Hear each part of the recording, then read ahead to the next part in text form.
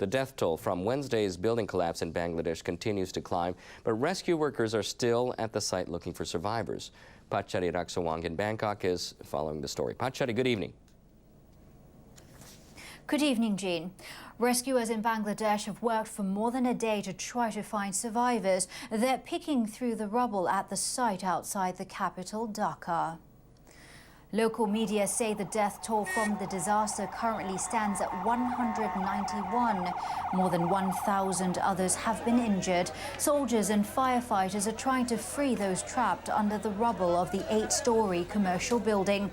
The structure had housed shops and a garment factory. Rescuers are complaining of a shortage of drills and other machinery needed to remove the concrete debris. They're trying to pass food and water through spaces in the rubble to those trapped inside. They're also considering pumping in fresh air. Media reports say the factory's owner insisted that work continue, even though cracks had been discovered in the building the day before.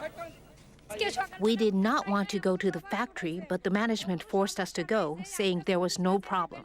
Just after I sat down at my table to work, the building just collapsed. The media say the factory's lax safety practices are what led to the disaster. The leaders of the Association of Southeast Asian Nations wrapped up their 2-day meeting on Thursday in Brunei. They've agreed to continue talking with China to find a peaceful solution to territorial disputes in the South China Sea. Shikashi Takaoka reports from Bandar Seri Begawan. The ASEAN summit was held in the Brunei capital, Bandar Seri Begawan. Brunei's Sultan and Prime Minister Hassan al-Bolkiah, who chaired the summit, closed the meeting with a statement on Thursday afternoon. We emphasize the importance of maintaining regional peace and stability, and of deepening economic cooperation, as well as expanding people-to-people ties, so that our future generations will inherit a prosperous ASEAN community. At the top of the agenda was achieving consensus on the escalating territorial disputes between China and several ASEAN members, including the Philippines and Vietnam. The final statement reiterated the importance of staying in control and resolving issues peacefully without resorting to force or threats. It said China is expected to stick to the declaration of the conduct of parties in the South China Sea, an agreement it signed in 2002. The statement also stressed that ASEAN will continue working with China to create codes of conduct with legally binding power in order to resolve the issues peacefully. Last July, the ASEAN Foreign Ministers meeting ended in the unusual situation of failing to issue a joint statement. Chair country Cambodia sided with China, while the Philippines and Vietnam called for stronger measures against the Asian superpower. The latest statement appears to show more solidarity by stressing that ASEAN members will make a concerted effort to resolve the issues, but it fell short of setting a clear goal for when and how to start negotiations with China. Backed by economic growth, China has been increasing its influence in Southeast Asia. It has showed willingness to start discussions for the creation of codes of conduct, but hasn't begun actual talks, saying the time is not ripe yet. ASEAN is planning to establish an economic community by abolishing tariffs and liberalizing trade and investment within the region by 2015. Member countries are urged to strengthen ties and also avoid creating unnecessary tensions with China.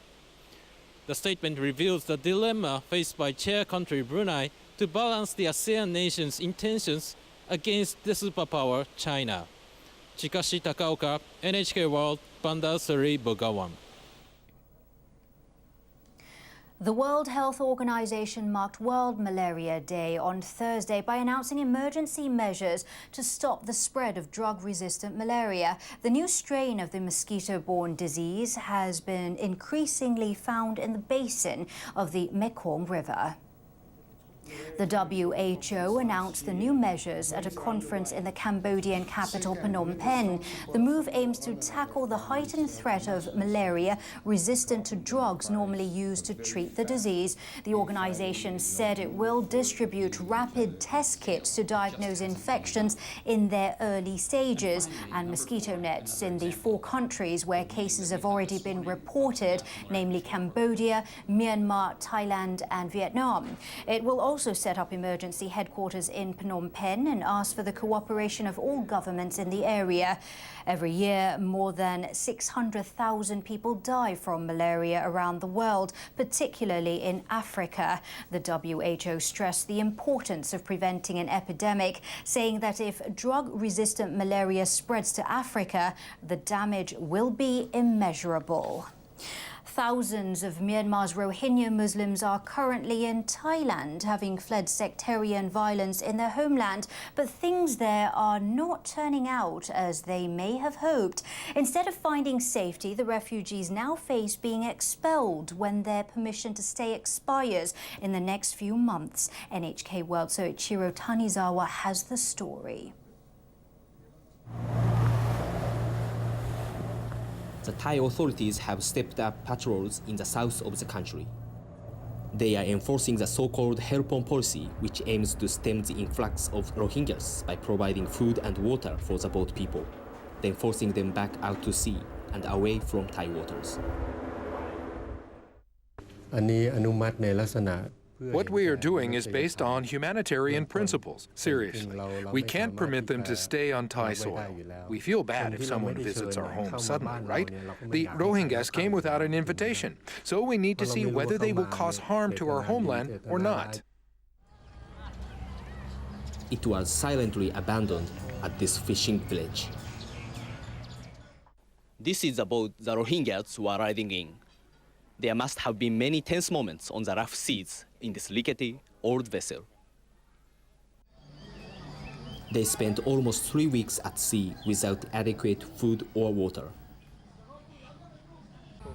The Islamic symbol on the boat was with them throughout the journey. Known as the stateless people, the Rohingyas have been denied citizenship by Myanmar's government. They have also been rejected by neighboring Bangladesh. Their exodus from western Myanmar intensified after sectarian violence between Buddhists and the Rohingya Muslims broke out last year. The UN estimates as many as 27,000 Rohingyas may have fled their country since last June. At least 500 of those died at sea. Of nearly 9,000 who reached Thai waters, about 2,000 are now being detained. The Thai government says it generally allows them an initial 6-month stay. But officials told NHK there is still a chance they will be sent back to Myanmar anyway. It's a possibility firmly opposed by the UN Refugee Agency. If that were to happen, it would be infringing on some international customary laws. Basically, the rule of non-refoulement, which is that people should not be sent back to a place where their lives or their freedoms could be in danger. So we would strongly urge the authorities not to send people back to Myanmar until we can find solutions for them. Unsure of what lies ahead, the survivors are living uncertain lives in detention. Nu is a mother of 4. Her youngest boy was born on the boat on their 6th day at sea. When I gave birth, I had no one to support me and no medicine or food at all. I washed my newborn baby with salty seawater. After surviving the trip, she was separated from her husband. She doesn't know where he was taken. I left my parents and relatives in Myanmar and fled with my family, but we were separated here and I don't know where my husband is. Our hope is simple. I just want to go to a place where I can feel safe. Despite their very basic desire for a life free from unrest, the Rohingya people still don't know where they can call home. Soichiro Tanizawa, NHK World, Panga Province, Southern Thailand. And that will wrap up our bulletin. I'm Pachari Raksawong in Bangkok. Pachari, thanks.